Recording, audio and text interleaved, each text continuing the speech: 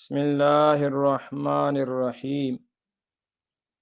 حضرت ابو ذر غفاری رضی اللہ عنہ فرماتے ہیں کہ 6 دن تک مجھ سے روزانہ رسول اللہ صلی اللہ علیہ وسلم فرماتے رہے، اے ابو ذر، جو بات تجھ سے بعد میں کہی جائے گی اس میں غور کرنا۔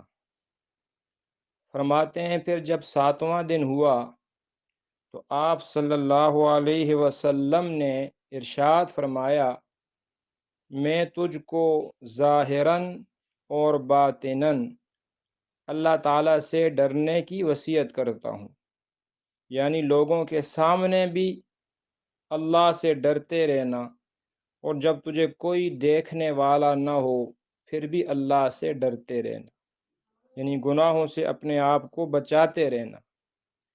پھر فرمایا کہ اے ابو ذر، اگر تجھ سے کوئی گناہ ہو جائے تو اس کے بعد فوراً نیکی کر لینا۔ یہ اس لیے فرمایا تاکہ اس نیکی کی وجہ سے اللہ تعالیٰ اس گناہ کی نحوست کو زائل کر دیں۔ قرآن میں بھی اللہ تعالیٰ فرماتے ہیں، ان الحسنات یذہبن السیئات، کہ نیکیاں مٹا دیتی ہیں گناہوں کو۔ یہ نصیحت فرمائی کہ کوئی گناہ ہو جائے اس کے بعد فوراً نیکی کر لیا کرو۔ پھر فرمایا ابو ذر، ہرگز کسی سے کچھ سوال نہ کرنا، اگرچہ سواری پر سوار ہونے کی حالت میں تیرا کوڑا گر جائے، یعنی جو ہاتھ میں لاٹھی یا کوڑا ہوتا ہے، تو سواری پر بیٹھا ہوا ہے اور گر گیا، اب کسی کو یہ کہہ رہا ہے کہ مجھے اٹھا کر کوڑا دے دو، فرمایا یہ بھی ایک سوال ہے، تو اتنا سوال بھی نہ کرنا، خود سواری سے اتر کر اس کوڑے کو اٹھا لینا۔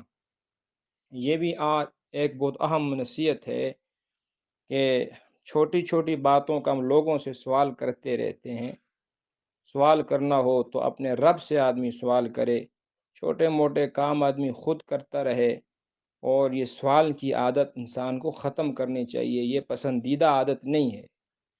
پھر فرمایا کسی کی امانت اپنے پاس نہ رکھنا، کیوں کہ اس میں خیانت ہونے کا احتمال ہے، اور فرمایا 2 آدمیوں میں فیصلہ نہ کرنا، یعنی حتی الامکان ان میں فیصلہ کرنے والا نہ بننا تاکہ تم سے کسی پر زیادتی نہ ہو جائے۔ اللہ ہمیں ان باتوں پر عمل کی توفیق دے۔